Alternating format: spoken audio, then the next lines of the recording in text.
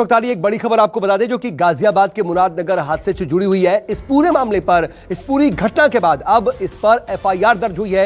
मुरादनगर नगर पालिका ईओ निहारिका सिंह, इसके अलावा जेई चंद्रपाल, सुपरवाइजर आशीष, ठेकेदार अजय त्यागी समेत संबंधित जो अधिकारी हैं इस पूरे निर्माण को लेकर के, उन पर मुकदमा दर्ज हुआ है, एफआईआर दर्ज हो गई है। पीयूष हमारे सहयोगी इस वक्त मेरे साथ फोन लाइन पर जुड़ रहे हैं। पीयूष, इसके बारे में और ज्यादा जानकारी। जी देखिए, ये मुरादनगर नगर पालिका की ईओ निहारिका सिंह और जो आप नाम बता रहे थे, इन सब पर मुकदमा दर्ज किया है।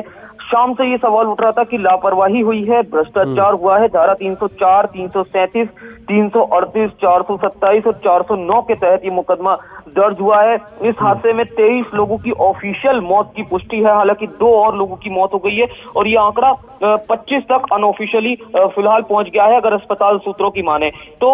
ये बताया जा रहा था कि जो ठेकेदार अजय त्यागी है, उसने आनन फानन में ये जो गैलरी है जो गिरी है वो तैयार की थी, क्योंकि लॉकडाउन से पहले उसे ठेका जो है वो ईओ निहारिका सिंह की तरफ से दिया गया था और इसमें सुपरवाइजर आशीष का भी रोल था और जेई का भी इसमें रोल था। तो जिन जिन लोगों के इसमें रोल पाए गए हैं, इसमें भूमिका पाई गई है, उन सब पर यह मुकदमा दर्ज किया गया है। सभी की मुख्य रूप से, क्योंकि एफआईआर दर्ज हो गई है तो गिरफ्तारी जल्द हो सकती है। इसमें जो ठेकेदार अजय त्यागी है वो फिलहाल फरार बताया जा रहा है, उसके कुछ साथी अज्ञात, उन पर भी मुकदमा दर्ज हुआ है।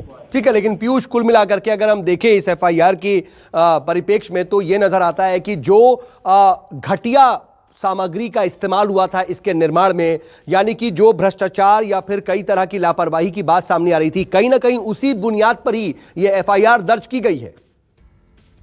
जी बिल्कुल, देखिए भ्रष्टाचार और लापरवाही ये तमाम चीजें इसमें सामने आ रही थी, क्योंकि ये जो बताया गया है कि फरवरी में ये ठेका ईओ निहारिका सिंह ने दिया था और लॉकडाउन लगने के बाद ये काम पूरा नहीं हो पाया था। लेकिन जब लॉकडाउन खुला तो उसके बाद जो ठेकेदार है उसने आनंद फानन में घटिया सामग्री लगाते हुए इस गैलरी को तैयार कर दिया, यानी उसने अपने नुकसान की भरपाई लोगों की जान से करी। इस बात से इनकार नहीं किया जा सकता। और जिन लोगों ने ये ठेका दिया, जिन अधिकारियों की इसकी जिम्मेदारी थी देखरेख की, इसको सुपरवाइज करने की और तमाम इनकी गुणवत्ता को देखने की, क्वालिटी को जांचने की, क्या जानकारी मिल पा रही है? ईओ निहारिका सिंह हो या फिर जिनके ऊपर मुकदमा दर्ज हुआ है, उनकी तरफ से कोई रिएक्शन आया है? इनके बारे में कोई जानकारी की ये कहां है? जैसा आप बता रहे हैं कि ठेकेदार फरार है, लेकिन बाकी जो संबंधित अधिकारी हैं उनके बारे में जानकारी?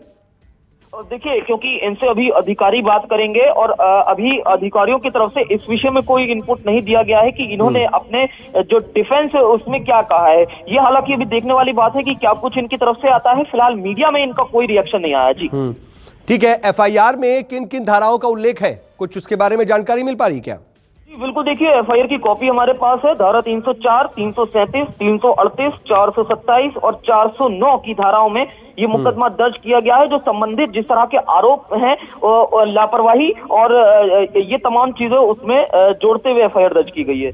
ठीक है, लेकिन जो अभी प्रथम दृष्टया जो अधिकारी इसमें कसूरवार नजर आ रहे हैं, इसके लिए जिम्मेदार नजर आ रहे हैं, इसके अलावा कुछ और लोगों पर भी गाज गिर सकती है क्या इसमें? क्योंकि अंत में जब हम नाम देख रहे हैं तो 5वें नंबर पे जो लिखा है उसमें अज्ञात का जिक्र है। तो जो इसमें नाम जांच में सामने आएंगे, विवेचना में सामने आएंगे, वो उन अज्ञात लोगों के नाम नामजद हो सकते हैं बाद में। इसीलिए ये जो अज्ञात का जो इसमें प्रावधान है वो रखा गया है। तो कुल मिलाकर और नाम भी इसमें जोड़े जा सकते हैं। पीयूष, देखिए, जब ये खबर सामने आई और ये दर्दनाक घटना साल के पहले ही हफ्ते में इस तरह की दर्दनाक घटना सामने आई जब गाजियाबाद से, तो इसको लेकर के खुद मुख्यमंत्री ने संज्ञान लिया, मुआवजे का तो ऐलान किया ही, लेकिन इसकी पूरी जांच का भी उन्होंने आदेश दिया है, रिपोर्ट मांगी है। तो प्रशासनिक स्तर पर भी इसको लेकर के सीधी सख्ती दिखाई दे रही है। और अब ये एफआईआर साफ तौर पर क्या ये संदेश भी है कहीं ना कहीं कि अगर प्रशासनिक अधिकारी और ठेकेदार इस तरह की कोई कोताही या लापरवाही करते हैं